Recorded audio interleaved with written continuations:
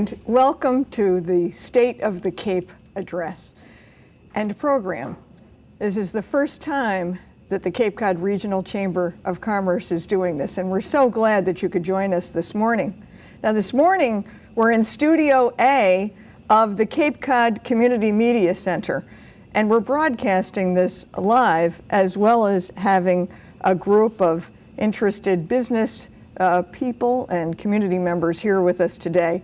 I am Dorothy Savarese. I'm President and CEO of Cape Cod 5-Cent Savings Bank, but today I have the privilege of serving as the chairman of the Cape Cod Chamber.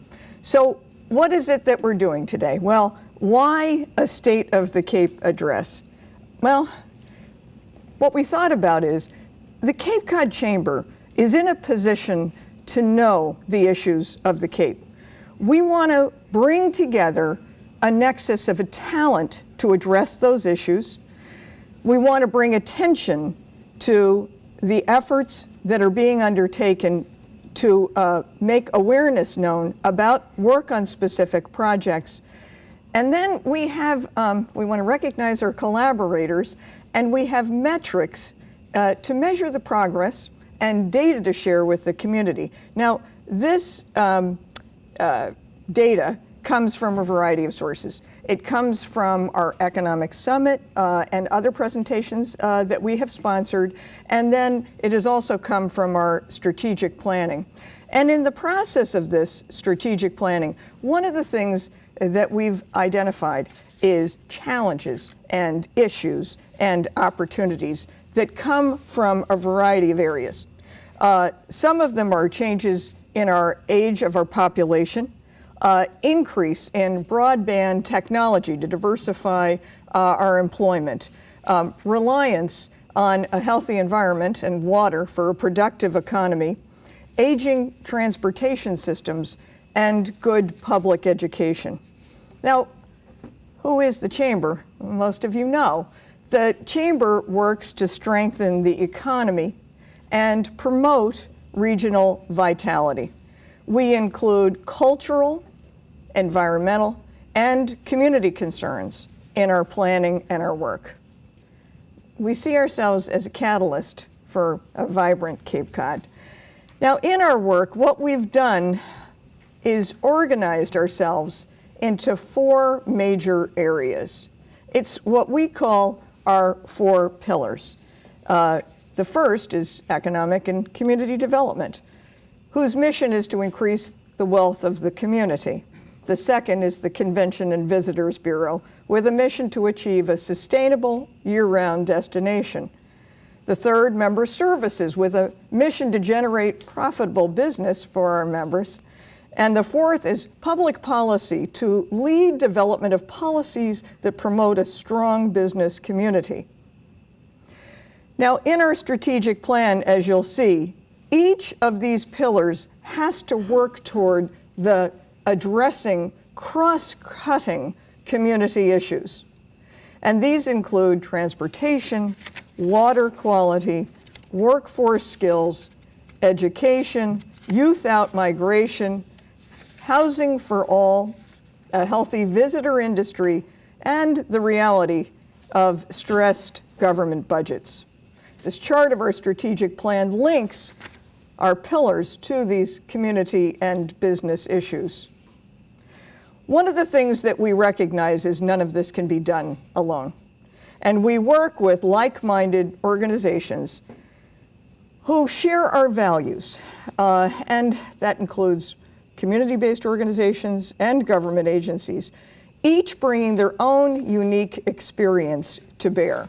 We're showing you now just a small sampling of those organizations, but as you see, they include economic and development and housing organizations, volunteer organizations, cultural organizations like the Arts Foundation, trade associations involving real estate and home building, and federal, state, and county agencies, as well as Cape Cod's elected delegation to Barnstable County, Beacon Hill, and Capitol Hill.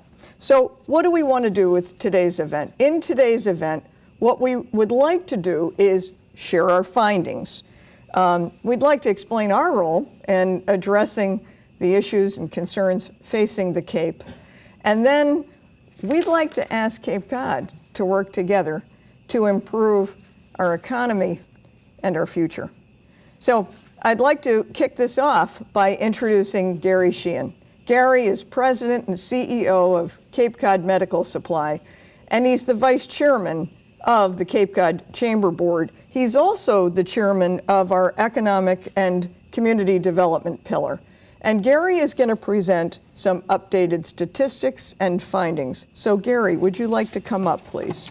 Dorothy indicated that the Cape Cod Chamber of Commerce, that we do feel that we're in a unique position to, both anecdotally and from a metrics basis, look at the economy in the region, create some objective measurements which we can monitor over time to help us better understand how various decisions are affecting and impacting the region.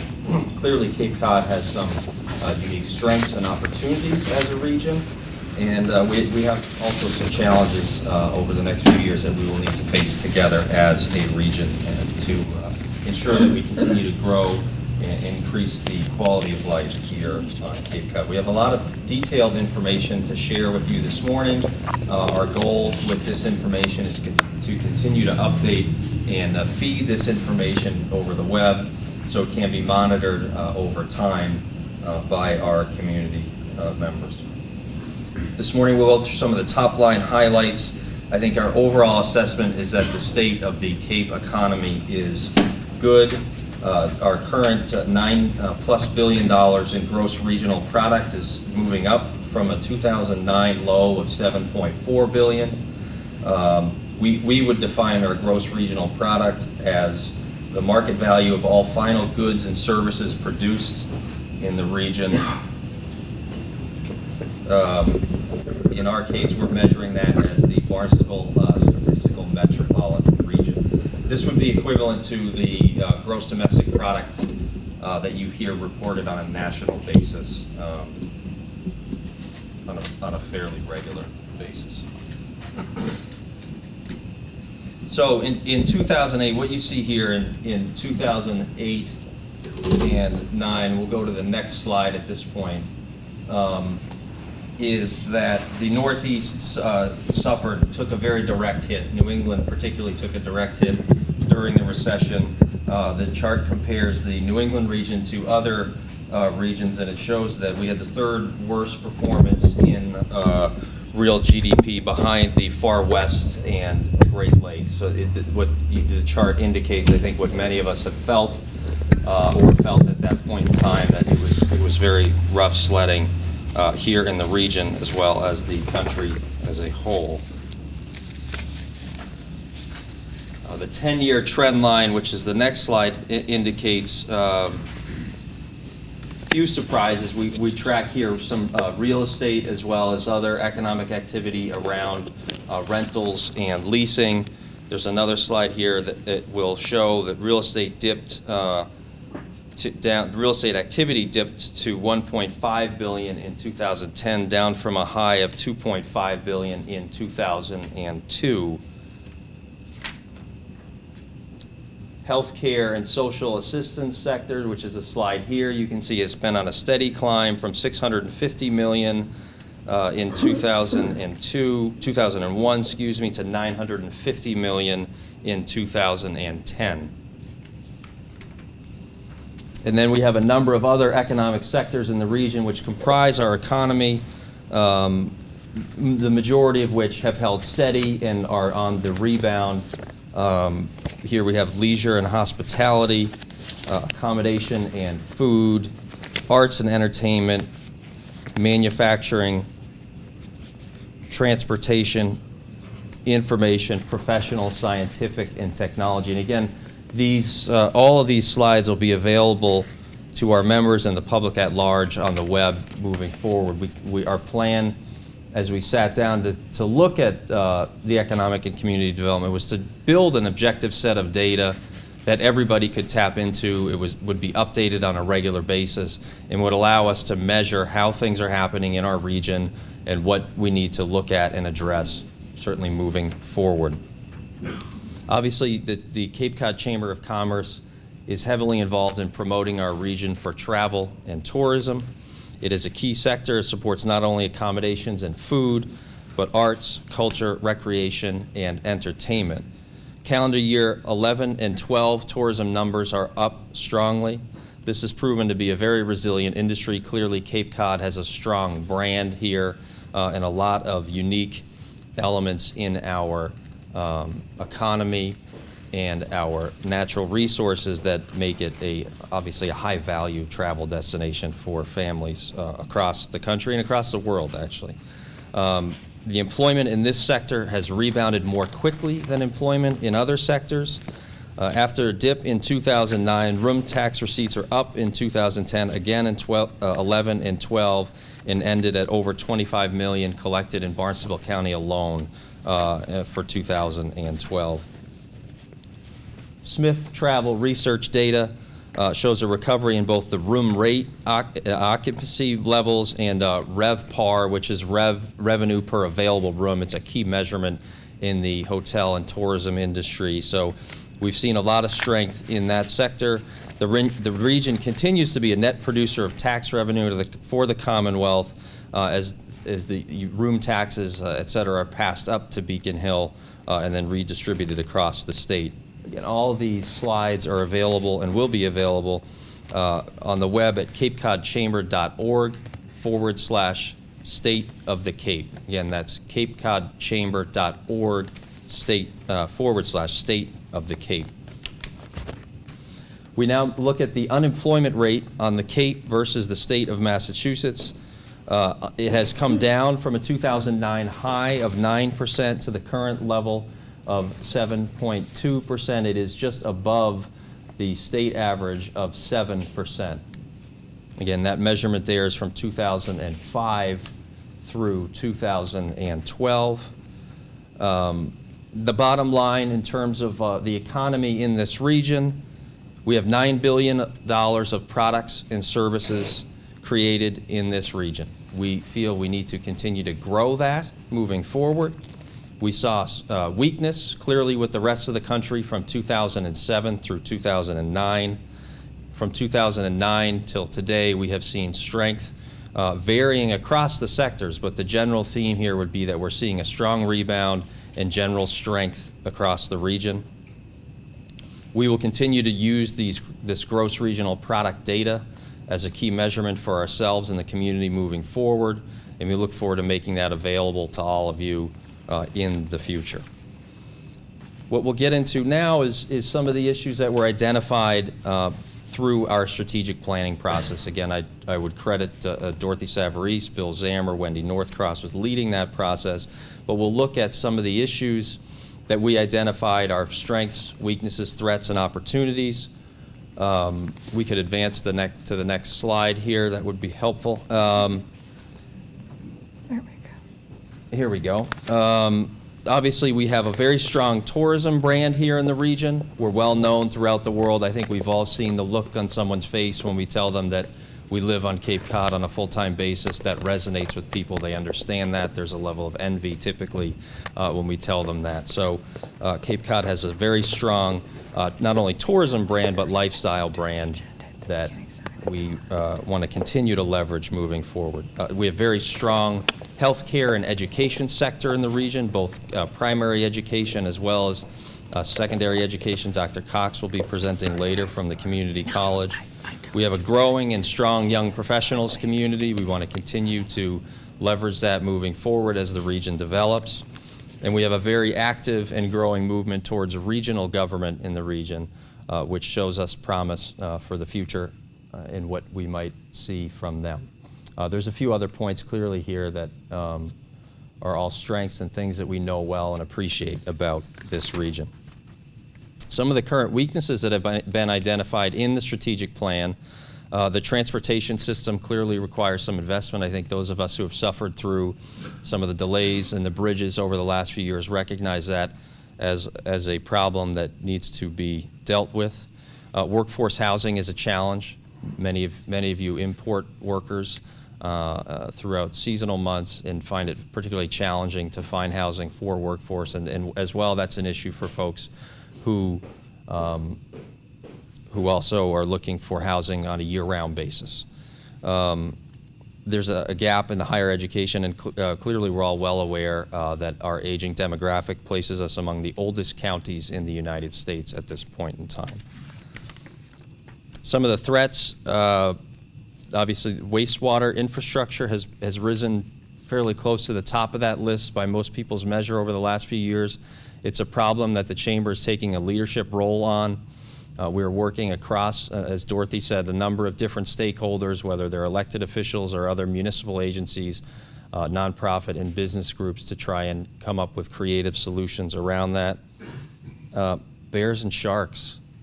It's an interesting problem we never thought we would have, but an opportunity. I think sharks we particularly see, joking aside, as a real issue that needs to be dealt with by a mature audience moving forward, and we'll see how town by town deals with that issue and how we communicate to the public the extent and breadth of that issue. And the recessionary stress on government budgets has placed a clear strain on municipalities across the region, and that is continuing.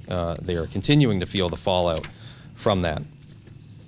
Opportunities, which would obviously be where an organization like ours would prefer to focus. We have a very strong creative economy. We have a growing movement around the smarter Cape and the addition of high-speed broadband to the region. The Chamber plans to play a leadership role in assisting the technology sector with developing that and leveraging the benefits that will flow from that. We have new higher education partners. There's several new 2- and 4-year education institutions that are locating or planning to locate in the region currently. And then we have the sort of undying innovation and entrepreneurial spirit that is a part of what has made Cape Cod special over several generations.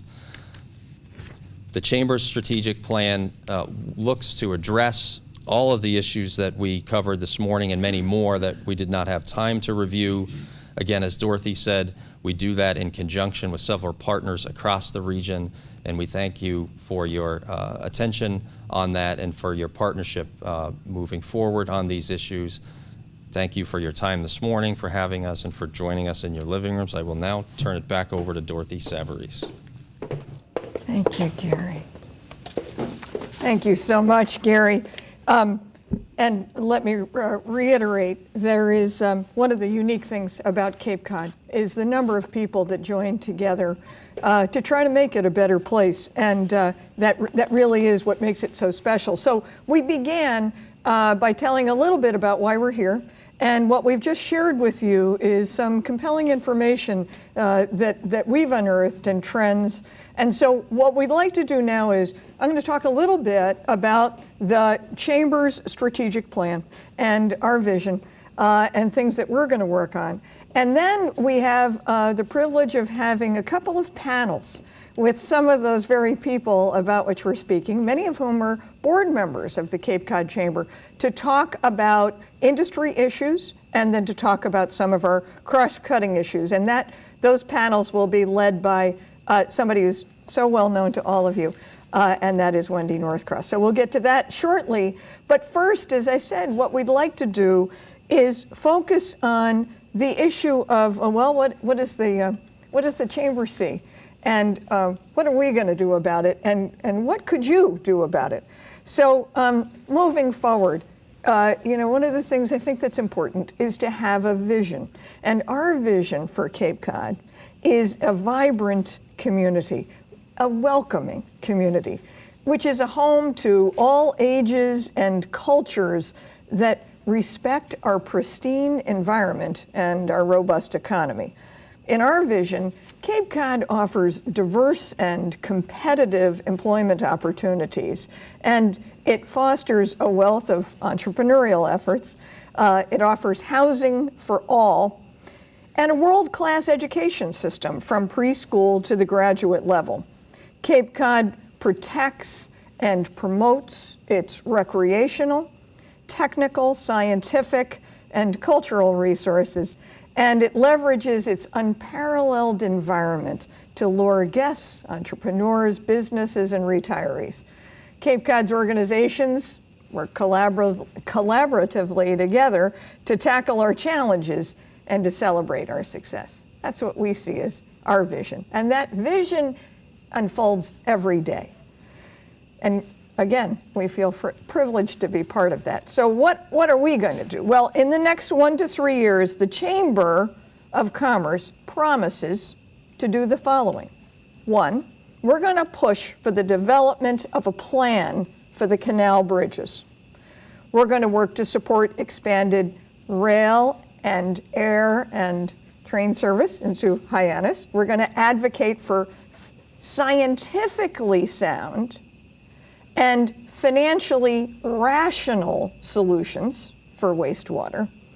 We're going to create a private equity fund for startup capital, establish an entrepreneur's launch pad at the Chamber office in Centerville, seek funds for a regional sports or meeting complex, fund more international visitor marketing, lure more Cape-wide events and meetings to bolster our year-round tourism, work to disseminate safe swimming information. Back to your, well, the bear actually did swim across the canal, so there is a little bit of smart there. And then continue to grow our average employment that Gary spoke about and diversify our economy with programs like the Startup Weekend that just concluded, Smarter Cape Marketing, Coastal Community Capital's access to capital, as well as technical assistance, and our annual workshop series. And finally, we'll continue to represent the voice of business in the halls of the county, the state, and federal governments. And we will continue to meet regularly with our elected officials, as we did with Governor Patrick last week. So one of the things that we're doing, we're launching, and we're announcing it today, is that by the end of this month, we're launching our Live, Work, Play, Create website. And if we could go and show the homepage of there we go. And this is a screenshot of our new homepage. Leveraging the Chamber's marketing experience in travel and tourism, we're going to tell stories of living and working on Cape Cod. And these testimonials are going to come from real live Cape Codders, and they'll be complemented by photography and then hundreds of links to key resources like many of our collaborators, the Cape Cod Young Professionals, Smarter Cape Partnership, and all of their websites. And you're going to hear more about the site in the next coming days, so this is all exciting. And we're going to invite you to link to this site, because you're probably one of those key resources. The next thing we're going to be doing, wedding destinations, our research and our strategic planning showed, are critical to Cape Cod. And so we're poised to launch a new destination website, which is going to be complemented by a destination wedding marketing. And if we could get that slide up, it'll have a marketing and advertising campaign with that. And again, one of the things that we've learned in our research is weddings are a very important part of business on Cape Cod. They tend to be weatherproof, which is one of our objectives, and they're sought after by destinations like ours. Now, in terms of thinking of Cape Cod's future, in addition to what the Chamber is doing, there are things that we think we all need to support, and we'd like to delineate 7 takeaways, because they always say you should have 7 things that you should focus on. So these are the top 7 things that we think Cape Cod needs to ensure a vibrant future. 1 is transportation systems that work, including better bridges, increased rail and air and transit bus service, and obviously Tom Kerr has been our leader in this regard. Adequate infrastructure, as we've talked about, including a plan for wastewater and a way to fund the plan, as well as a plan for the electric grid. Those of you who suffered recently know how critical that is. Speaking of weather, We want to weatherproof our visitor industry, ideally with a performing arts center, meeting and/or sports facility. Access to education is critical, and using modern technologies to leverage our existing resources is important. So having access to a four-year degree, whether it's a combination of what we have here now as well as distance learning, or our wonderful existing college facilities, marine science and STEM curricula and facilities, and lifelong workforce development, which is critical for our employers, but also critical for our residents. And David Augustino will be talking about that.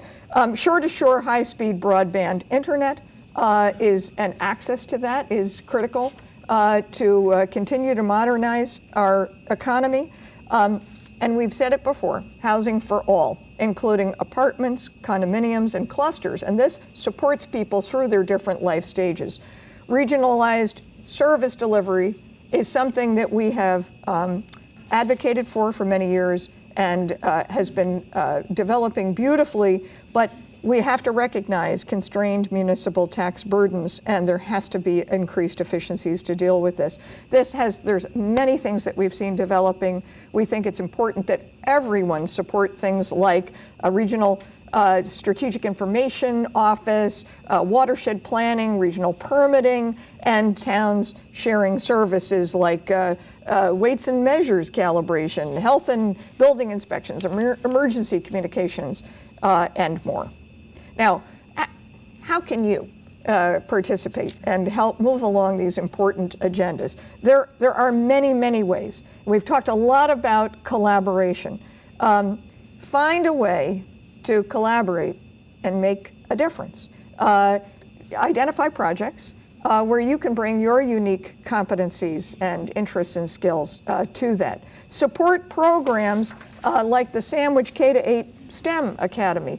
Follow local planning efforts and proposed zoning changes or other efforts that are enabling cluster development to protect our sensitive ecology, transit-oriented development, wastewater infrastructure, as we've talked about, and others. And get educated on topics and attend town meetings, vote on ballot questions.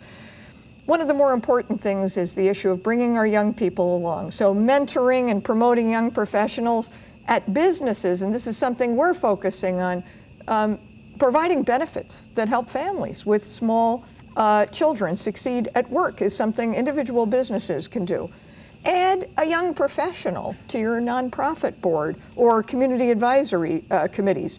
Participate in the annual update of the Comprehensive Economic Development Strategy, which we fondly call CEDS, which is organized by Barnstable County and the Cape Cod Commission. They are looking for your input. Participate in the Smarter Cape Summit. This is a little bit of an advertisement. That's May 13 this year. And it's a wonderful opportunity for the community to get together to work on some of these major issues. Sponsor Startup Weekend to help launch entrepreneurs and their wonderful ideas. We showed you our Live, Work, Play, Create site.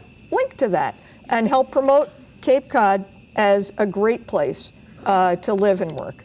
And respond to our calls to action, which we issue to our members to contact elected officials and advocate for ways to effectuate change. One of the most important things is the issue of sharing your ideas.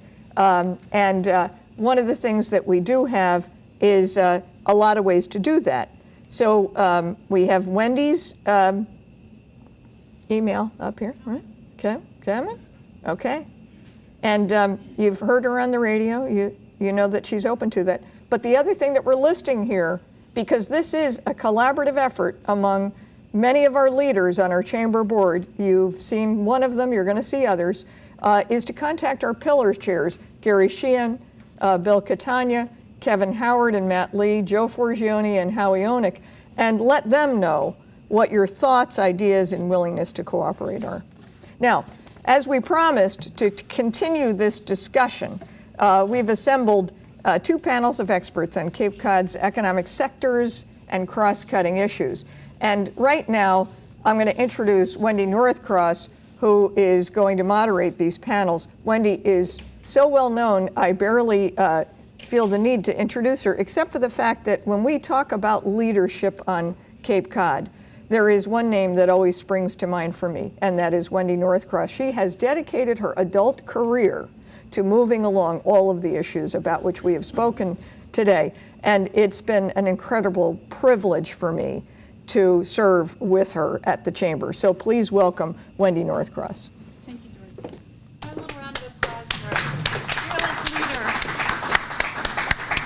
Thank you. I'd like to invite our speakers for the first panel to the podium. So if you'd come on up now, I think we'll have to do a little mic check, make sure your mics are on.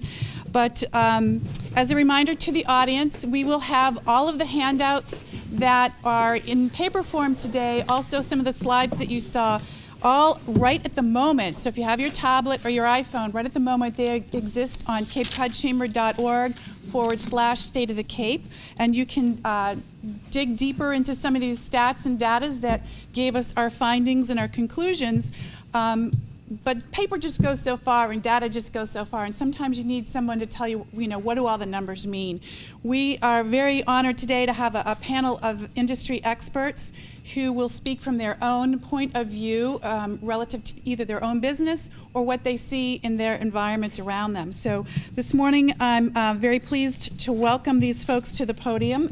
Actually, you're going to sit right where you are. Use the mic, and we will give each a few moments to comment on their business, and then we'll have a little bit of a conversation about that. So first I'd like to introduce Joel Kroll. He is the president and CEO of Cape Cod Cooperative Bank. And on Cape Cod, the financial activities industry generates about $1.8 billion in gross regional product. Next is Michael Luff, also the president and CEO of Cape Cod Healthcare. He is going to touch on the education and health services segment of our community, which at this point in time is about a $980 million gross regional product. The trade industry, Richard Penn, who is the president of Puritan of Cape Cod. He also chairs our retail council. He's going to speak somewhat to the trades, but also to what he sees specifically in retail. When we say trade, that's really retail, wholesale, exchange of goods for cash, hopefully, right? Or a Puritan credit card. You can buy a Puritan credit card. The value of that industry is around $960 million on Cape Cod. Bill Zammer was unable to join us today, but we do have Peter Carlson. Not that you're standing in for Bill Zammer. I don't think that's possible. But Peter is going to speak to the professional and business services on the Cape, which is around $669 million in gross regional product. Bill is going to touch on the leisure and hospitality industry, and I will probably backfill a little bit for Mr. Zammer. That currently is actually business and professional services $720 million, leisure and hospitality $669 million. The natural resources will be touched on by Rich Delaney, who is the CEO at the Center for Coastal Studies in Provincetown. So I'd like to start at the beginning with Joel Kroll, and just what do you see, Joel? Thank you, Wendy. In terms of the issues that I would like to address, we've been asked to comment and create the same strengths, weaknesses, threats, and opportunities to our industry. And so I think we would start in terms of the financial services industry as saying that the strengths have actually been the growth in our industries. Using the FDIC material that is published, and the most recent was as of June 30th, deposits are up on the Cape based on those Cape-wide institutions. They were up 6.45% at about $6.5 million. The statistics that support lending are less available, but there is increased lending, especially if we go back to 2008, 2009. I think you could say that in terms of lending, a great strength is the current rate environment. If you were ever going to borrow money, the environment is ripe for rates right now in terms of All lenders' rates have never been as low as they currently have been in the last 6 months. I think you could say the investment and trust business is increasing. Much of that also relates to demographics. Demographics with an aging population is that increasingly they are looking for professional advice as it relates to that investment business. In terms of weaknesses, if you would discuss the world from a saver's standpoint, they are not happy. You have very low rates, and for those who chose a lifestyle that talked about living off of savings investments, it is a very low rate environment. In terms of other weaknesses, there is what I call the state of increased regulation and costs that come with self-regulation. Starting in 2008, although it's really started before, we as an industry deal with federal, state, and the FDIC, in which the trade-offs that are asked for by the industry are really to increase consumer protection. And it's hard to argue against that goal. But the trade-off is, if you've ever dealt with a financial institution or a financial firm, the manner in which you deal with us has changed because of the self-regulation that's required of us. So if you are someone who is wondering why all the things that happen do, much of it has been declared coming out of the regulatory environment. And clearly, even within that, since 9/11, national security has required that much of the industry standards take into consideration, and the industry is very involved in providing material that helps the government keep the world a safer place. In terms of threats to our industry, the threats to the industry really are the non-traditional sources. As the world has changed, more people have entered this industry, and so in many ways one of the threats is how we adapt to the threats that come from non-traditional sources. I think the second change is a potential change, which is when there is going to be a rapid change in rates, there will be a significant threat. The more rapid the change, the more rapid the threat. In terms of opportunities, the opportunities without question is what more means of technology can we introduce that make banking easier for the public. I think there are some opportunities as they relate to consolidation, and clearly, as you have read any national events, there is more consolidation going on in this field than in many others. And I think lastly, in terms of opportunities, there is much more emphasis on working with companies in their infancy stage. Much of this is what would be called credit enhancement agencies. SBA has made it easier for startups, and I think if you see Coastal Capital, you will see a rapidly increasing ability to work with startup companies. Thank you. Thank you, Jill. We'll go on to the healthcare industry. Michael, what do you see? Thank you, Wendy and Dorothy in the Chamber of Commerce. The healthcare industry is one that's changing rapidly, both from internal and external sources. Strengths associated with healthcare on Cape Cod, in Massachusetts, and nationally really involve a willingness to try new ways to treat and approach the patient population, partner with one another. It's key that we're moving into new areas where patients are being moved about the industry to different caregivers, and the information that's being exchanged in relation to that movement is the key. Specifically on the Cape, the willingness for all the providers to generally integrate, to provide better access, to provide better outcomes is clearly moving us in the right direction. There are many opportunities associated with the tremendous intellectual capital. I recently heard a speech by the governor in which he said our business plan involves intellectual capital and how we can recruit and retain more of the best and brightest. Well, that's no different than the healthcare industry. The Cape Cod has some of the best physicians, not only in the Commonwealth, but in the country. and the access to these incredible physicians is a key to how we change and evolve as not only a system on the Cape, but as an industry in general. I think that we have invested appropriately in information technology, but more needs to come. The key to managing populations and even the person specifically really involves the movement of information technology in a seamless, protected fashion. And I do believe the industry is focusing on it and doing a much better job. Lastly, I think you'll see in the future as a strength that it currently exists is that partnership that I mentioned at the outset. The willingness for both the physician, the healthcare community, and the government to find a way to integrate, to provide the necessary care for the necessary person in the right place at the right time. Some of the weaknesses associated with the sector involve, specifically on Cape Cod, our demographic. 25% of our population is over the age of 65.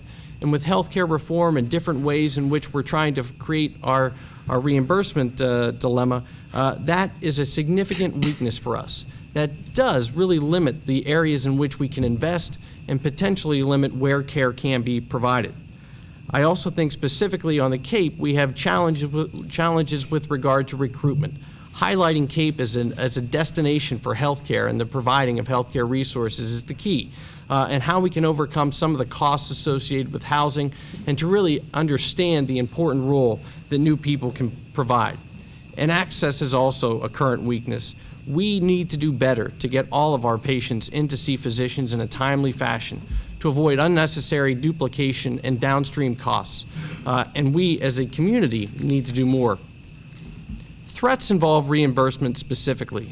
Change is never easy, and I do applaud the government for trying new ways to create new systems to deliver it. The cutting of reimbursement is truly a dilemma. On Cape Cod Healthcare alone, over $250 million will be decreased in reimbursement over the next 10 years. As a safety net provider, that causes concern, but I also think it provides an opportunity, which I'll mention shortly. I also think that integration that I spoke of as a potential strength is also a potential threat. Can we really plan appropriately, put our parochialism aside, and create a system and a vision for the future? And lastly, the cost of doing business is also a threat. As costs continue to increase, specifically within our demographic, that provides challenges while reimbursement is decreasing. Opportunities are many in this industry. Advancement of new proposals, the accountable care organizations, integration, information technology are all being leveraged together to create a better system. Patients will be able to have their information shared from specialist to specialist and ensure that duplication doesn't occur. If we lead with quality, this industry will overcome the many challenges that currently exist. Thanks, Mike. Richard. Morning. Thank you, Wendy. It was interesting. Gary Sheehan shared with us this morning a couple slides of 2008, 2009, showing the state of the economy, which he correctly summarized as the 08-09 problem, which I'm sure none of us will forget. But the positive news today is that rising home and stock prices has boosted consumer confidence and therefore has increased consumer spending. This is obviously good news for retail. In fact, we found actually the consumer actually seems a little bit less fazed by the news coming out of Washington. I know in our company in December we were very concerned that the fiscal cliff was top of mind for our consumers, and we were concerned that this would adversely affect their confidence and therefore our holiday shopping season. But we had a very strong holiday season, and quite frankly, based on this, we knew the consumer confidence. We have a very aggressive sales plan for 2013. For Cape, for the retailers on the Cape, it's not so much unique to the Cape, but it's certainly an issue, and that is that, of course, every company needs to grow their sales. And one of the biggest challenges that Cape retailers face today is that consumer has so many options on where to buy their merchandise. The Cape population actually has slightly decreased over the last 10 years, while the storefronts have continued to grow, with, of course, this thing called the Internet, which the consumer can shop 24/7 while never leaving your home. So today, to be successful for opportunity, stores must not only have great products and fair prices, but they have to offer a unique shopping experience. And this is where I believe the Cape is well positioned to succeed. The Cape is a well-known destination. It's a worldwide known destination. The Cape Cod brand, I think, is more Main Street than Wall Street. And retailers need to define what experience they want their customers to have in creating this unique shopping experience. I know recently in our flagship store in the last couple of years, you know, we have added a day spa, a fine dining, and a cafe all under one roof, all to try to add to this unique shopping experience. In addition, we see opportunities where many companies have leveraged the Cape Cod brand by developing their own products. There have been many success stories in the clothing, food, beer, jewelry, and other categories of consumer goods. I think this is, you know, as the Chamber and a lot of us continue to build on this Cape Cod brand, there's continue to be opportunities to leverage the Cape Cod brand, and lots of opportunities, you know, for retailers on the Cape. In closing, all indications are the consumer confidence will be positive in 2013. As I say, our company is planning a strong sales increase for 2013, and we think that's going to be true for other retailers on Cape Cod for this year. Thank you, Rick. I think even our towns have good brands, like Chatham, with Chatham Chinos. It's a good branding strategy. I'd like to now introduce Peter Carlson, who's going to touch briefly on the professional and technical and services sector of our economy from his point of view. Peter? Briefly. Briefly. It's $700 million, and we're talking about a very diverse industry sector. So professional and business and technical services encompasses everything you can imagine, from independent consultants all the way up to the technology companies that are here, that are the larger organizations. So from a strength standpoint, that is one of the biggest strengths. Is it's a huge population of consultants and companies. You know, we're talking thousands of individuals. This is a rich pool of resources to pull from. And that strength is because most people come here thinking, I'm not sure I can do business here. So they end up taking some of their business from off Cape and bringing it down here and operating as independent consultants. That, I would say, that is a trend that's been happening, you know, for decades. And there's no shortage of talent. If you look around, and this is one of the things I always find fascinating with the professional and technical world, is you find these people that show up, and we want them to show up at things like the Chamber events and Cape Cod Technology Council and things like that, where you find people that have tremendous experience going across all kinds of industry, from aerospace to, you know, defense to financial services. It's amazing the diversity of experience. And I also think, you know, another strength in this area is the flexible workforce, because some of these people don't need to work full time. They're actually independent consultants that are kind of dialing in the appropriate amount of time that they want to work. And so this kind of partial retirement works in our favor because they don't need to be full-time employees. On a weakness and threat standpoint, I think one of the things I have seen, which is discouraging but is changing, is the discounted, both from the rates that they're charging and also from the wages that some of these firms are charging or are paying to their employees. You know, the kind of discounted, the Cape Cod discount is not good for anybody. And I think that one of the things that we're trying to change is the fact that you can do your service here from Cape Cod and charge the normal rates that you would charge from any geographic region. So it should be consistent with most of the urban locales. The other threat, we already mentioned the demographic issue about younger people leaving. That can be a threat, but we can turn it into an opportunity. As long as the young people leave, get experience in other areas, and come back, that's what we're trying to do from the live, work, play, create standpoint. You know, we want these people to go out and get real-world experience, and a lot of the you'll see when you see transitions from generational businesses going from one generation to the other, a lot of those generational handoffs happen after the second generation comes back from somewhere else, and that is tremendous because they get other experience. I think also from an opportunity standpoint, you know, Dorothy mentioned this earlier, it is a great place to start a company. It's a great place to start any kind of professional and technical services company, but also any other type of company, from software to services. There's also amazing, like I said, the amazing amount of resources you can tap because these people have experience. They want to lend experience to startup companies. And The other thing I think is a tremendous opportunity is the fact that these are independent businesses. A lot of the companies down here are independent. They don't have to call back to the home office to get approval for things. It's, making decisions locally is tremendous from a services standpoint, because you have a lot more opportunity to make an impact. Perfect. That's It's my good to brief. be nimble. Thank you, It Peter. is. And Rich, talk to us about the natural resources and the whale watch industry. Thank maybe. you, Dorothy. Well, Wendy, thank you very much. This is a difficult sector to get a single set of metrics to measure. It's such a cross-cutting kind of concept, but it's very prominent here in the Cape. Just let's look at it from a national perspective first. Coastal counties nationally contain 18% of the country's land, but 36% of the population, but they produce 42% of the GDP. So we're a productive type of barn, and that includes Barnstable. If you look at it from the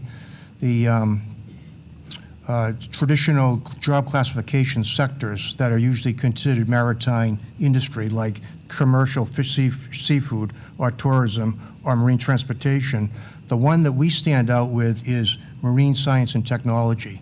We have 5,000, at least in 2006 study, we had 5,055 employees producing $1.2 billion worth of output. And the multiplier effect on that is one of the highest. So of all the marine sectors, we do really well, and we have a cluster or a center of excellence that should be nurtured and developed. In terms of Cape Cod strengths, which will be the next slide, we have 559 miles of coastline. That may be our biggest strength. And as the TripAdvisor recently announced, the #1 factor for people planning vacations anywhere is beaches. So we have wonderful beaches, we have a lot of coastline, and that's certainly a big strength. We also have a diversity of opportunities once people arrive here. Most of them water-related in terms of active sports, but also passive sports. Wendy mentioned whale watching. That's an industry that it's only still about 25 years old. It started on the East Coast in Provincetown. My Center for Coastal Studies helped launch it. Now we have 700,000 people a year taking boats out to Stellwagen Bank to observe whales. It's a great ecosystem or ecotourism kind of industry. We've mentioned Cape Cod as a brand. Well, the name itself is a strength. People may not recognize Barnstable County, but they certainly know Cape Cod.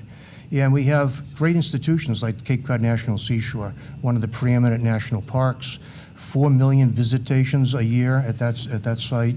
So it's a great asset, and people 50 years ago had the foresight to put that aside, and we're hopefully doing the same for future generations here. I mentioned the Marine Science Centers of Excellence, and generally our environment, our natural resource base is healthy, and it's a great asset, but I put an asterisk beside that on the slide because we do have some potential threats. So I'll transition to weaknesses and threats. Fish stocks are threatened. We've, as you know, had a little bit of a challenge managing those in a sustainable way. They need to be managed very conservatively. We need to rebuild those. That's not only for the commercial fishermen, but the important recreational fishing industry that brings so many of the tourists here to Cape Cod. I mentioned the 559 miles of beaches, of coastline, much of which are beaches, but the majority of that coastline is in private ownership, which is fine, but we have to still maintain enough public access and open space to accommodate our tourist industry. Water quality, and I think we'll have another panel on that in a few minutes, but the nitrogen loading that's going on in our bays and inlets is a major threat. Dorothy correctly stated the Chamber's position, which is we need to have an immediate, Cape-wide, cost-effective, science-based plan of action to deal with that. And if you're still a doubter on this issue, look at the New York Times front page article today, a satellite photograph of Lake Erie. 1/3 of it is turned to lime green from the algae blooms that are happening there. So we need to deal with that issue. And looking a little bit further downrange or long range, we need to be aware that the climate is changing. We're going to have more hostile, volatile weather. There'll be erratic, sandy type storms are going to happen. We need to plan in advance for adaptation methods and mitigation where we can. Our opportunities looking ahead will include, since fisheries, wild fishery harvests will be exceeded by aquaculture produced fish worldwide by 2018, will be the same in Cape Cod. We need to plan for how to take advantage of sustainable aquaculture. There are right ways to do it and wrong ways to do it. We need to do it the right way, but it's an opportunity for us here. Ecotourism is one of the fastest growing components of worldwide tourism. We're primed to be, again, a leader there because the people who like to do ecotourism want small-scale educational experiences in a healthy environment, and we can provide all of those as well. Renewable energy, we've had a long time discussion about a big project in Nantucket Sound, but there should be other opportunities, and our science and technology expertise will help guide us to opportunities there. And we have 73 marine science and technology entities existing here in the Cape. I think that was from 2006. We need to grow that industry, particularly because that's the kind of expertise that will help us deal with some of those future challenges around climate change, water quality issues, and how to do aquaculture properly.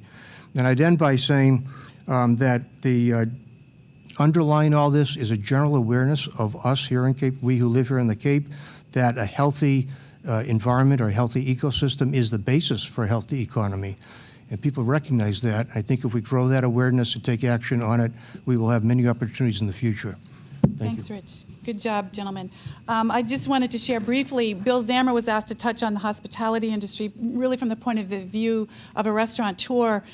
He's got a very interesting one-pager, which we will put up on the website because there's certain things that only Bill can say well. But his number one concern was about gas prices. They're expected to be at an all-time high this summer. But he really doesn't think that that's going to be a barrier as much as value. Our customers are looking for value. They want a great experience. They want to be well served. And he references Michael Porter, as I think even Peter talked about. Michael Porter, who's a Harvard economist, said that Cape Cod is one of the most recognized brands in the world, yet we tend to discount our prices.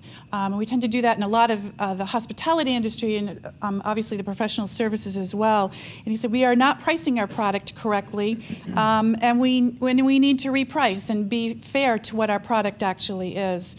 That's also going to help bolster the jobs in those sectors.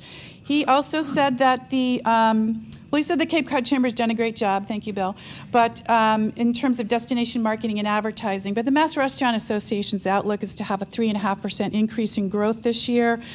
He believes the Cape will probably exceed that.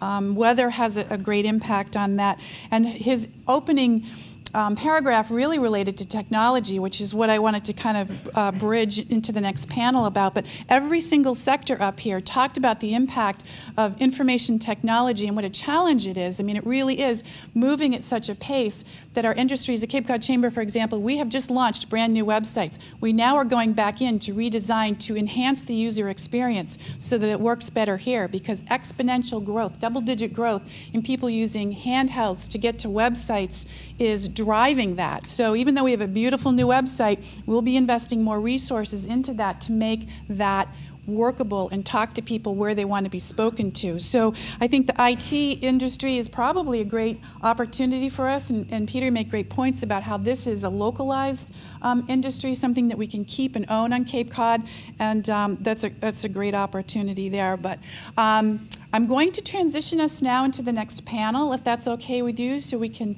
keep on going. You have information to access for all these people. Will be around for a few minutes after we turn off the TV cameras. But right now, I'd like to thank our panelists and call up to, yes, thank you.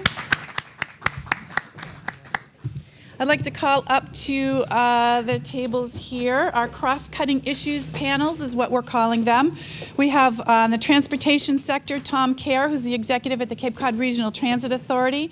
On wastewater, Andrew Gottlieb, who is the executive of the Cape Cod Water Protection Collaborative. Housing will be discussed by Jay Coburn, the recently appointed executive director of the Community Development Partnership. Education will be covered by Dr. John Cox, the president of Cape Cod Community College. Workforce skills, David Agostino from our Workforce Investment Board covering the Cape and Islands. And then we've invited Town Manager Tom Lynch to talk about regionalization and municipal budgets and see what's happening from the government's point of view. It's really also important to understand how that educated employee factored into all of those industry sectors, and I'm sure that's an issue for our cross-cutting panel as well, and that the government is a partner with us in a lot of the work that we do here, especially on Cape Cod, where we are fortunate to have strong municipal governments, but also a very active regional government. But I'd like to start to hear what this panel has to say, and I'll ask Tom Kerr to give us the view on transportation. Well, thank you very much, Wendy, and thank you, Dorothy, for this opportunity.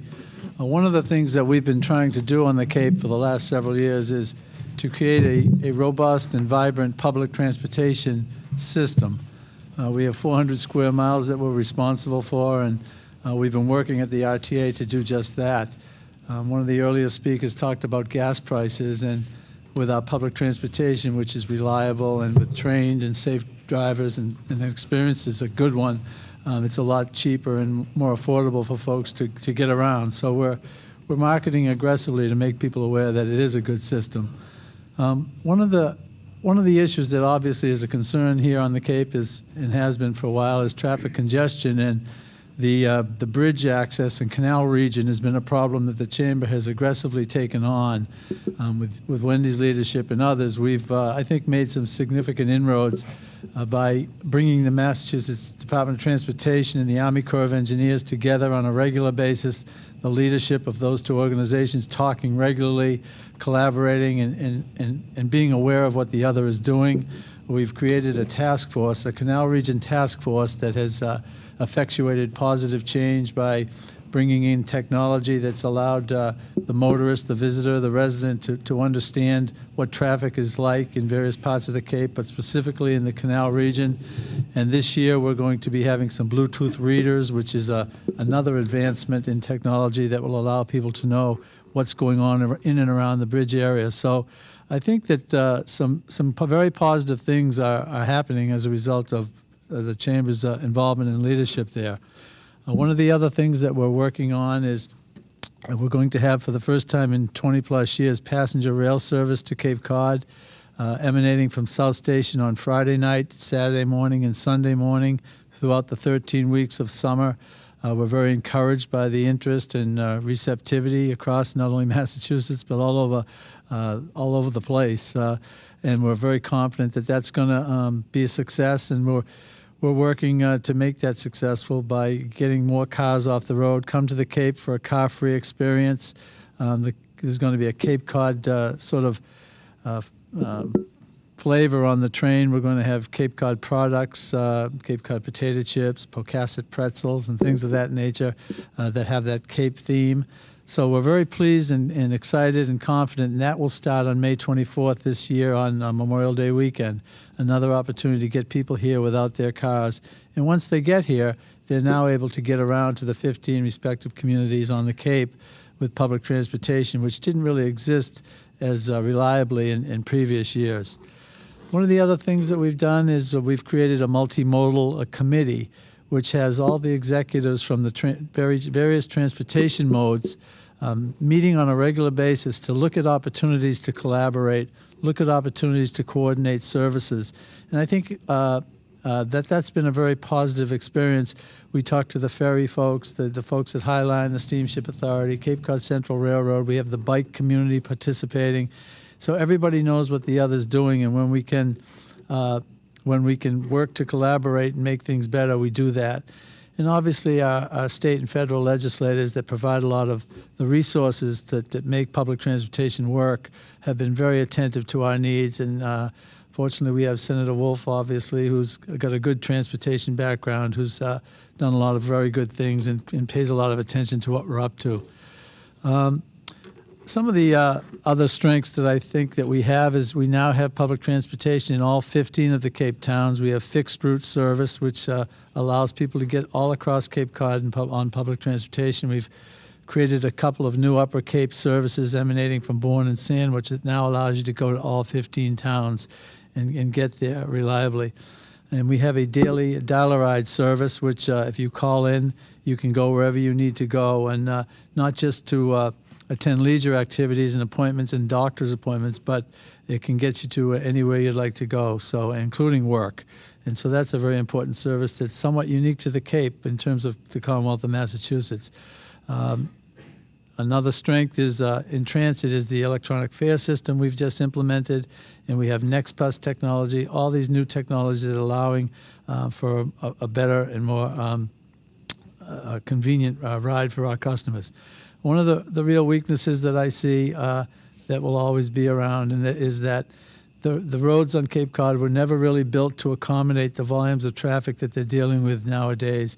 We have 200,000+ year-round residents and many more in the summer months, and so the roads are not really built to accommodate them. So that speaks further as to why public transportation is important, but it works, it helps business, and it helps the economy thrive if people take our services to work. So I look forward to any further discussion on this as we go along.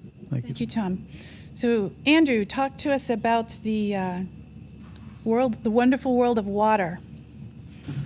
Well, as you've already heard, and as Rich began the process of laying out, the issues around water are clearly central to the long-term sustainability of the Cape, both environment and economy.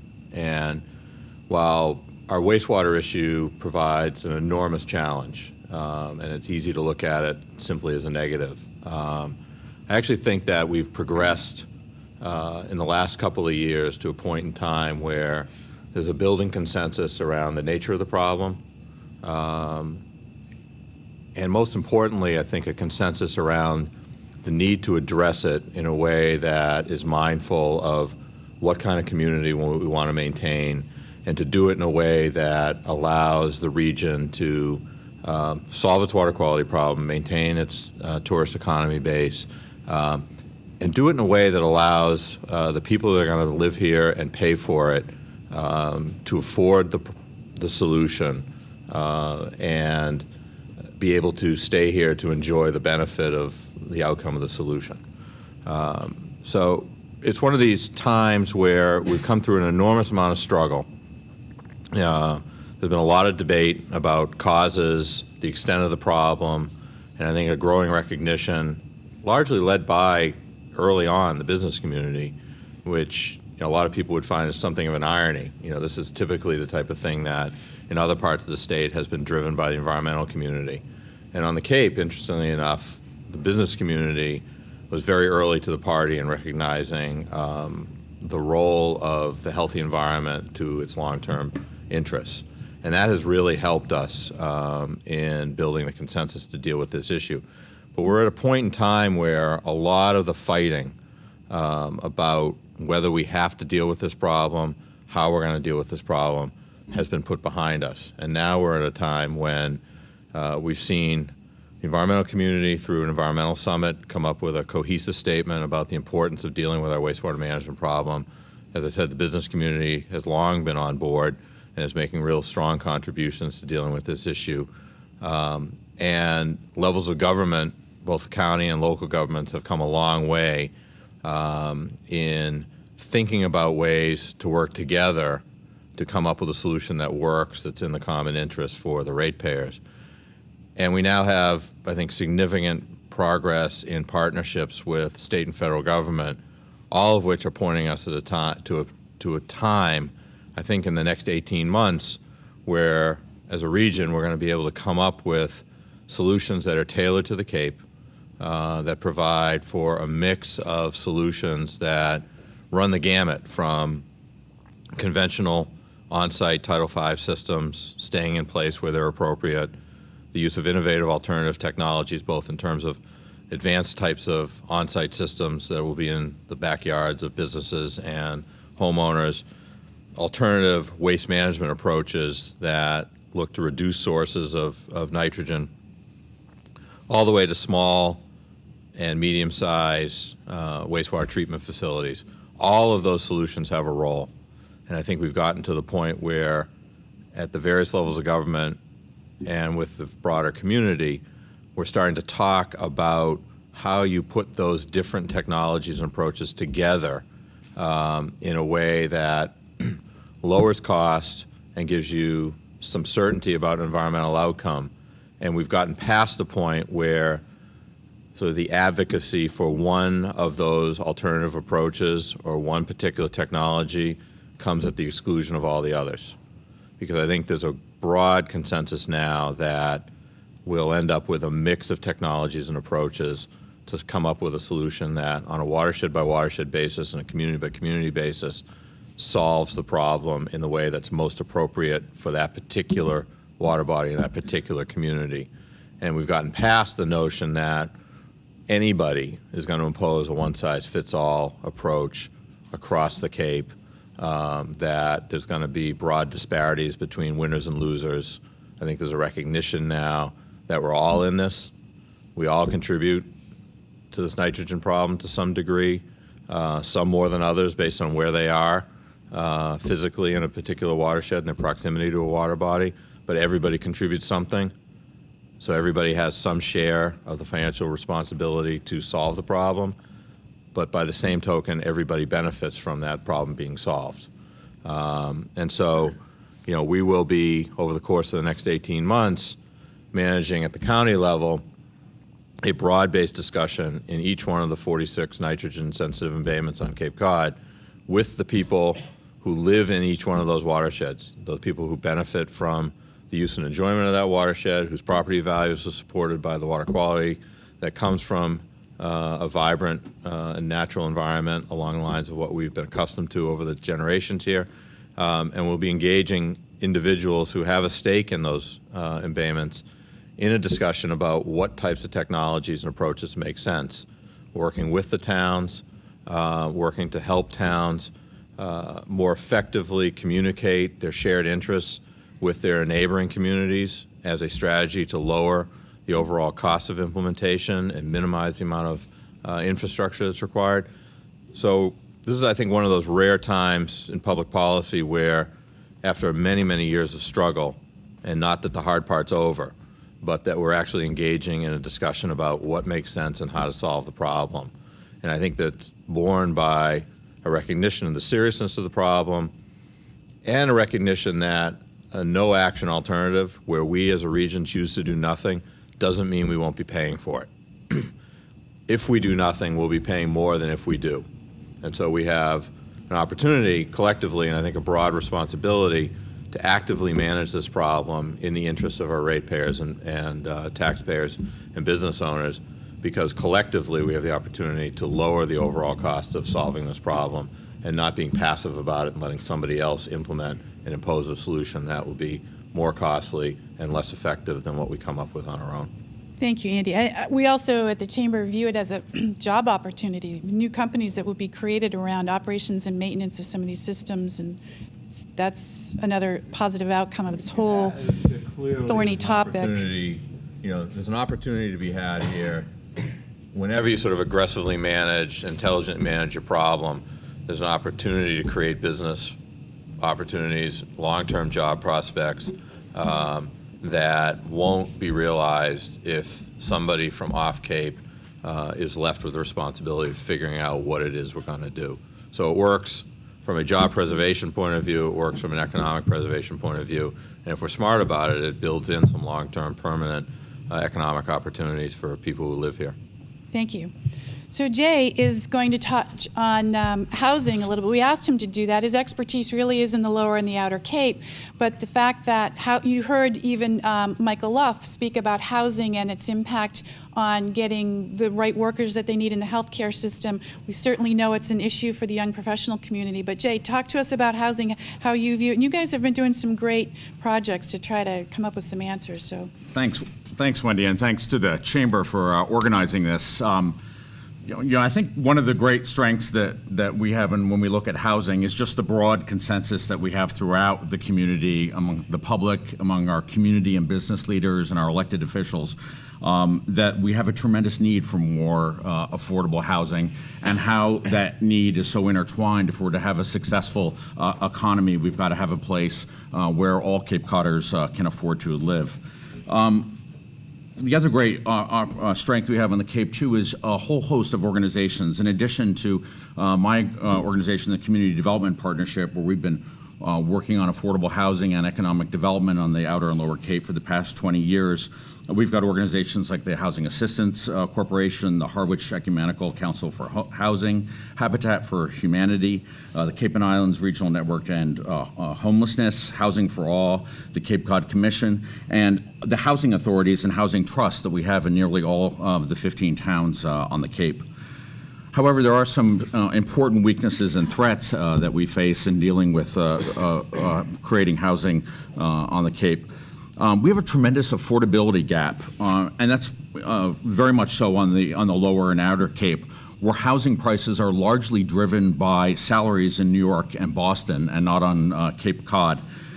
Cape home prices are 10% higher, yet wages are about 30% lower than in the rest of the state. In Truro, where I serve as a selectman, neither our town administrator, the superintendent of our schools, or our police chief could income qualify for a loan to buy the least expensive house in our town. So clearly, that affordability gap is creating a big problem for people to own homes. And then when you lay on top of that the challenge of so many of our housing stock is reserved for the busy summer season, makes it very difficult for people to have year-round rental housing. We also lack infrastructure. We've talked a lot about the wastewater problem, but we also have infrastructure problems around water needed to create affordable housing. And then you add on to that the state and federal government having a huge priority of providing funding for affordable housing and wanting to see that in a scale of having 50 units in a development with about 99 bedrooms as part of that. Well, in a town that doesn't have sewer or water, that would require 23 acres of land to support that kind of housing. And we also have great, uncertainty about the future of federal and state funding, which is so important if we're going to create more affordable housing. However, there is some good news and some exciting opportunities. There's a great development that the Community Development Partnership created in Harwich in 2011 called Thankful Chase's Pathways. And this is a nationally recognized and award-winning project. It houses 12 families. It's only the second LEED Platinum certified affordable housing development on the Cape. And the combination of solar panels on this development, as well as energy-efficient construction, has lowered the utility costs and makes this a much more affordable place for our residents to live. The Community Preservation Act is providing resources to the towns to be involved in affordable housing development in a serious way, and many of the towns are looking at zoning reforms to encourage cluster and top-of-shop development. And so while we've got some significant challenges across the region, I think we're making great progress. But however, we must continue to make great progress if the Cape's year-round and seasonal economies are to be sustainable. Thanks, Jay. And I do think you shared with us a slide. If the control room can find that picture of Thankful Chase's housing development, it's really beautiful and it's a really well-done project. But I'm going to let them find that and segue to Dr. Cox to talk about education. At times like this, I often wonder why I didn't take the live theater class that was offered in the business program at college, but I stuck to the accounting. As I was contemplating the strengths, the opportunities, the aspirations, and the results that are involved with Cape Cod Community College, I thought it would be good if we started off by painting the picture of what we're doing now and what we're building off of. And basically, as you all are probably aware, Cape Cod Community College is the only comprehensive higher education institution on the Cape, serving the Cape, the islands, and a substantial portion of Plymouth County. Over the course of the year, we serve about 6,500 students on the credit side and about 2,000 on the non-credit side through our Hyannis Center. And if we look at the data connected with our graduates 1 year out, 1 year after graduation, we go back to the most recent data available, which is 2010, we had 529 graduates. When we drill down on those graduates and find out where they are now, we know that 81% are employed, and they're employed at the most common employers on the Cape, Cape Cod Healthcare in several of our municipalities, nursing, dental, and rehab agencies, and many are self-employed. In that group, there's also 48%, almost half, that are in school pursuing other educational opportunities, whether it be more professional certification or advanced degrees. And then you have about a third of those folks are doing both. They're working and they're back in school.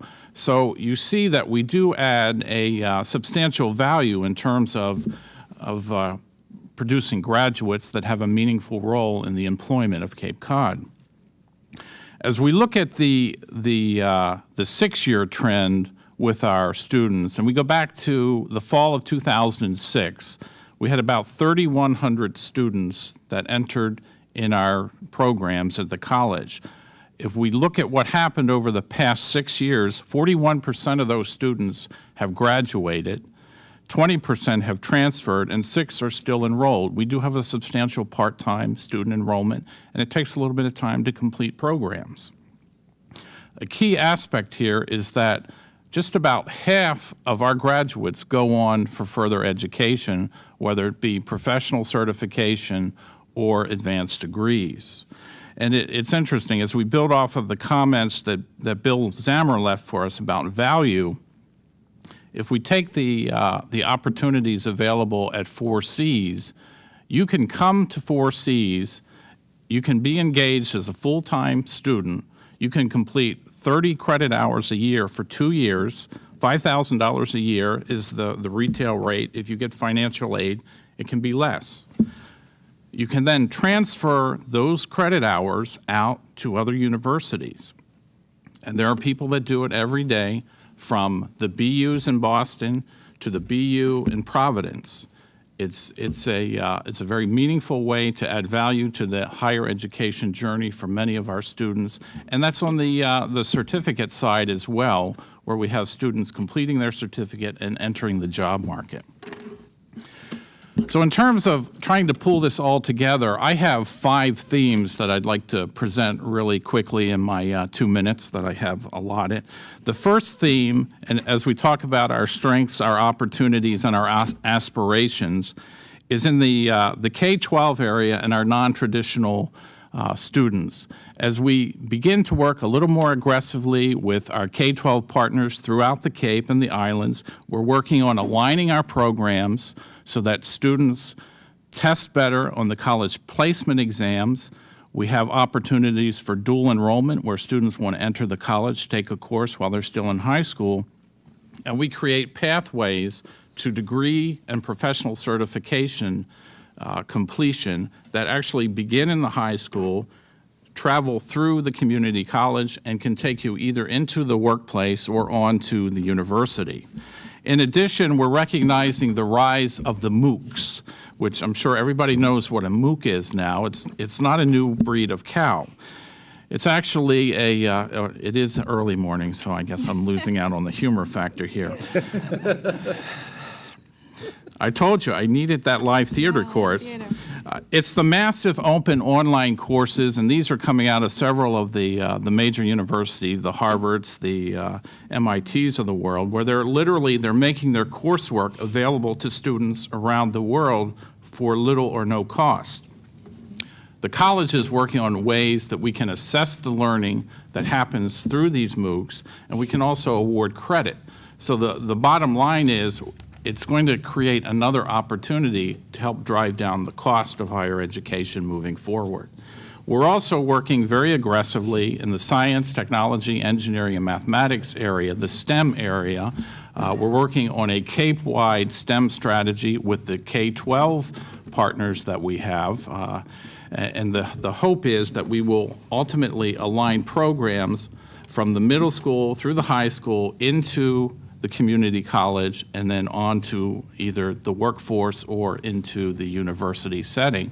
And by aligning the different players in the educational pipeline, we're able to both share the ideas and the skill sets that we offer, but we're also able to compete in a much more powerful kind of way when we're trying to get external funding for certain projects. So we're increasing the likelihood of assessing or accessing resources from other entities. In addition, we have several business collaborations that are ongoing. We've worked very well with the Workforce Investment Board on the accelerated career training programs, where we've taken training courses that span 2 years and we've compressed them down so that you can literally finish in 1 year and then go out into the job market and secure a very meaningful job. We've also rolled out what we call the Q terms, the quick terms. And basically, this takes the fall semester and pushes the start date back to the October timeframe, and it makes the spring semester end a little bit earlier. And we're recognizing the needs of many of our students who are employed in the hospitality industry. Their schedules roll out into the beginning of the fall semester, and they start a little early in the spring semester. So we're trying to make it possible that students can continue on with their educational journey and balance life's demands going forward. In the health career area, we've had a substantial investment in the dental hygiene clinic. We're working on our outreach programs. We've just rolled out an LPN to RN offering at on Martha's Vineyard. The really exciting aspect of that program is that we've now aligned with the Marine Biological Laboratories in Woods Hole for the use of their science labs. So we're providing world-class lab facilities at community college prices. It enables our students to get to a program without a major challenge. We're able to offer the educational opportunity to students that may not have been able to move up in their job had they not had this opportunity. Running out of time, Doctor. Oh, no. I'm always, that's what happens when you let educators talk. I can't count to two. It's a challenge. Anyway, I can take a hint. You see the 5 themes up on the screen. If you have questions, email me. But I would like to just wrap up by saying that at the community college, there are literally over 400 very dedicated individuals in the faculty and the staff that are really making this a success for the entire Cape. Thank you. Thank you. I do want to stress. I'm the first one to be cut off. I know. I got to earn my keep up here as moderator. No, but we are very fortunate as a Cape to have a very high quality K through 12 education system. And as you must know, Massachusetts ranks #1 in the country for education attainment in our public school system. Not by accident. It's been a mandate of state government and a goal and an aspiration. We are extremely fortunate to have this institution of higher education here in our own backyard. Can I just get one other Sure, point go for it. At the college, we do have the Cape Cod Center for Graduate Education, and this is it's actually made up of a separate board of K-12 folk, the community college and business, and we actually are surveying and keeping active, engaged with the community to find out where upper division degrees and graduate degrees are necessary, and then we go out and we seek proposals to have those degrees offered on campus. And we've done that most recently with the MBA program through UMass Dartmouth. So you do have the ability to build 4-year programs and graduate programs on the Cape between that and our articulation agreements. Yes, we Now do. be quiet. Thank you very much. Well, that's a great bridge, though, to David Agostino, who's the executive of the Workforce Investment Board, who really does an assessment of the Cape's needs in terms of our skilled workforce, certainly partnering with the community college. But David, talk to us about our workforce, where we're at, where we're going. I'd be happy to. Thank you very much. I'm delighted to be here today. Thank you to the Chamber for putting this event together. It's real hard to plan for the future if you don't know where you are currently. So the State of the Cape, I think, is a great topic. I do have slides. I don't leave the house in the morning without a few slides just in case I have to do a presentation or something. So, They actually had them up earlier. I think we're gonna get a peek at them now. Well, because what I'm going to say really depends on the slides. But I want to say that one of the great parts of being Executive Director of the Workforce Investment Board is that I work with all of the individuals who are here today. All of these sectors are within our purview. My big picture job is to make sure that there's a labor force that's available and appropriate for the businesses here on the Cape. So with that said, in speaking about skills, this first slide gives some of the good news and the bad news. The good news is that the Cape is one of the better educated regions, even within Massachusetts. And Massachusetts, of course, is well known for its educational attainment. But if you look at this slide, I'd call your attention to the blue bars down at the bottom of each of these areas. This is educational attainment by age, and if you look at those bottom two slides, you're going to see the ages from 25 to 44. And in almost all of the areas, you're going to see that younger population is less educated than the older population. So the reality is that, yes, we're well educated, but it tends to be many of the individuals who are retiring here, who have second homes here, and retiring here, who are the better educated. So part of our task for the future is to make sure that we increase the educational levels, as Dr. Cox was alluded to. My second slide shows that in many of our areas, if you look at the part of the charts on the right, that has a percentage of individuals within these sectors that are more highly educated. So you can see that bachelor's degrees are higher. In healthcare and social assistance, you would expect to see a large number there, and you do. And we're about the same as the state. But when you get down to retail trade, and especially in accommodation and food services, you see about 35% of our individuals in accommodations and food services have college degrees, whereby the state average is about 16%. So we do have a lot of individuals here, I would say, that are somewhat underemployed in some of those areas. So it's not that we don't have individuals with skills or education. Sometimes they're working in areas that might be a little less than what we would like to have them working in. So when we talk about barriers to employment here, the holy triumvirate is housing, childcare, and transportation, most of which everyone's talked about, although I don't think anyone addressed childcare. It's a critical issue for our workers, and I know that it's one that we'll continue to work on. Of course, the good news is that we have an aging demographic, so child care for some employees is not the most important.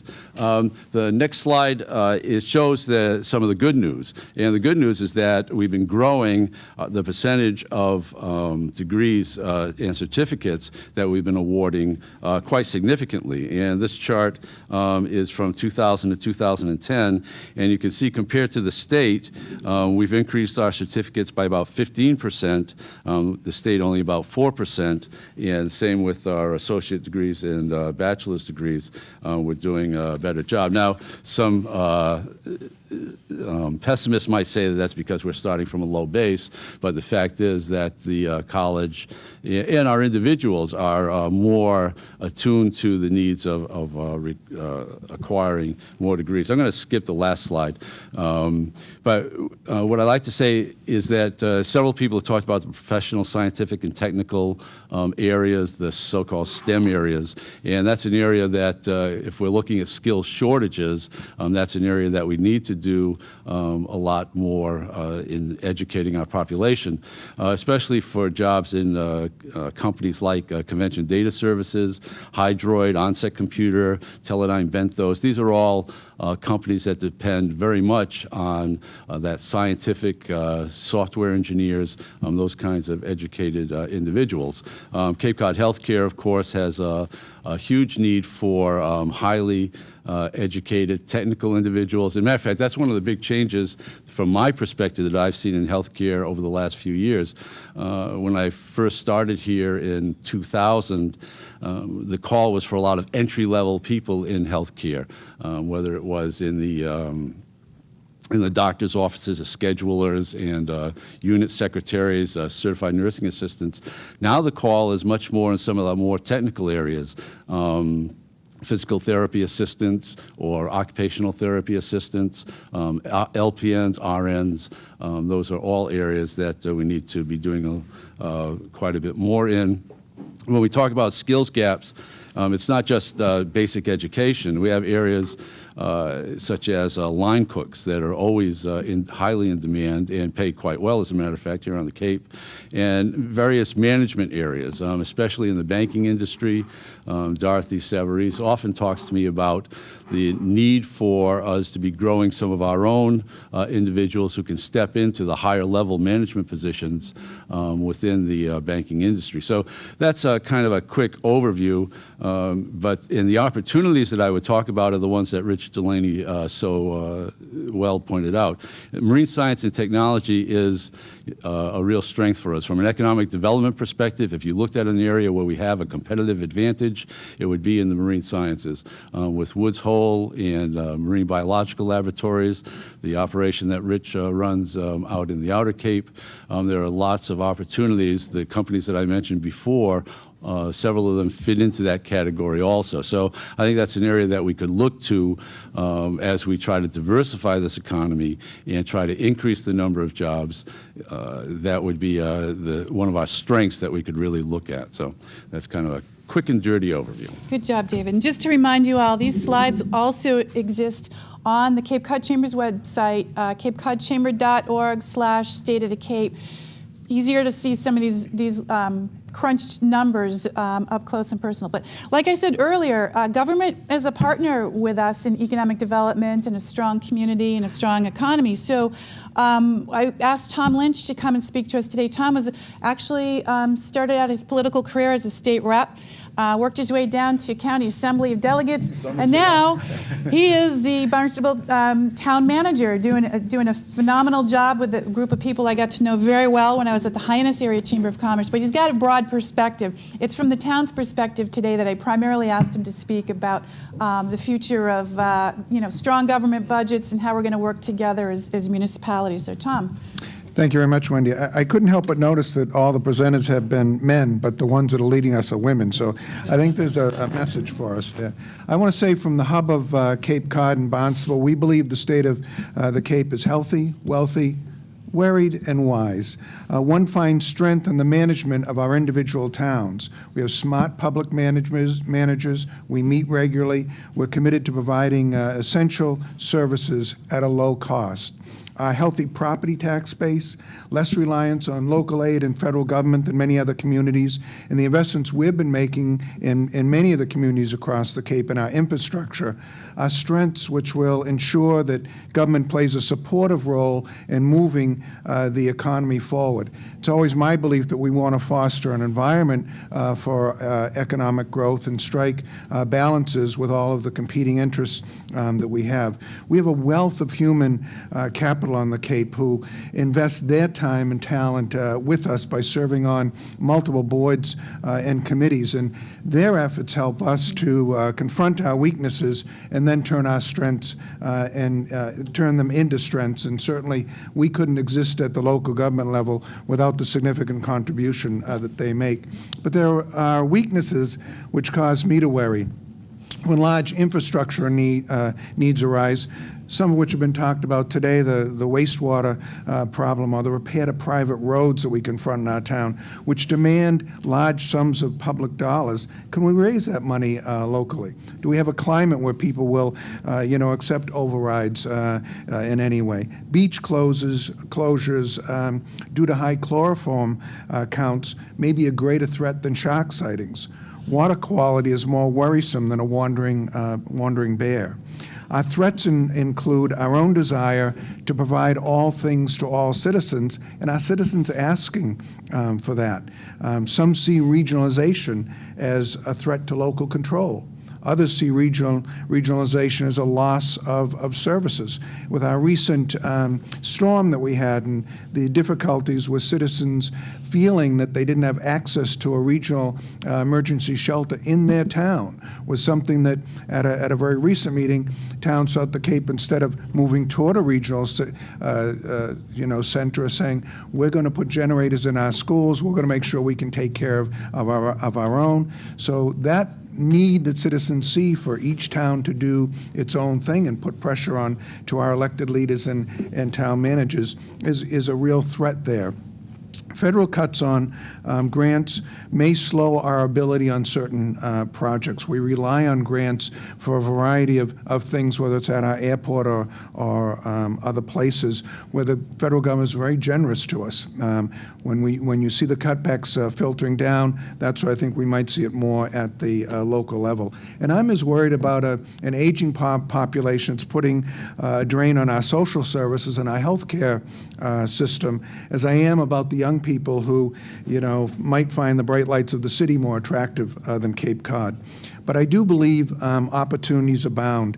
We may be wise beyond our years because in many areas we work together to develop a common vision. I was very pleased to see, as Dorothy outlined, the common vision of the chamber, how many of those fit with the daily discussions that we have around the work table in Barnstable Town Hall. Communities have embraced regionalization on many fronts. We're regionalized on veteran services, weights and measures, healthcare purchasing, e-permitting, and regional 911. And there are really over 60 ways that we now collaborate. Yet we know there are areas that towns duplicate things, and perhaps the intermunicipal, agreements that are out there that you see some towns merging school systems and other, major services may help reduce some of that duplication. The Wall Street Journal rated Barnstable as a great place to retire. And so we want to keep doing things that cater and foster that market. Barnstable County has been rated as one of the 100 best communities for young children, and we need to continue to invest in our kids as we have with our youth center. And no matter what age group you have in Barnstable, they're willing to put their monies into children and education. The TripAdvisor talks about Barnstable as an up-and-coming destination. So we know the importance of tourism. We'll continue to fund that in our budget, and we should never lose sight of that economic driver. So we believe we must address and will continue to address our concerns through thoughtful budget planning and implementation. And we want to keep the positive reviews of our community coming by remaining vigilant about the effort it takes to keep our environment healthy, our economy wealthy, and our citizens wise. I thank you for this opportunity, Wendy. Thanks, Tom. Thank you very much. Well, I think we are have exceeded the time that you are able to sit and listen, and certainly we have archived all of this video for people to go back and recapture some of the thoughts. Again, the slides, the data, the Dorothy and Gary's speech will be online momentarily. The handouts are already up there online at capecodchamber.org/StateOfTheCape. But in a nutshell, we are very bullish on Cape Cod. We feel very optimistic. Sure, there's going to be some headwinds. Gary pointed out some of the challenges and some of the nuances of that, but we think we're a very smart community. We're a committed community. Most people on Cape Cod have chosen to be here. They really want to work on making this place work well and stay well and be a real, true community. So we feel very optimistic. We think you should too. We ask you to join us in this work, and we thank you for your time and attention this morning. Thank you.